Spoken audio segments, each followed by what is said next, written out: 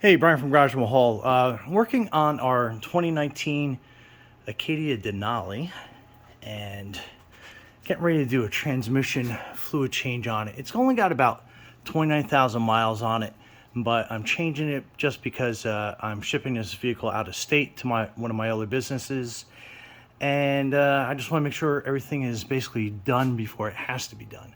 So anyway, that's your transmission bolt, and if you've ever changed transmission fluid, it is a messy job.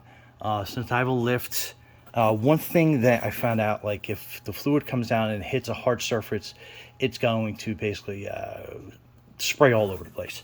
So I got this fish filter, kind of loosely cut it to shape. And if you've done this before, you know exactly what I'm talking about. And this fish filter is going to just make it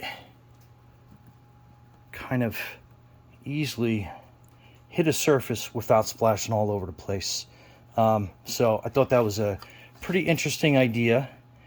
Wasn't sure if it was actually going to work until just now. But yeah, anyway, so I'll put a link for some of this fish filter and some other stuff that we used here.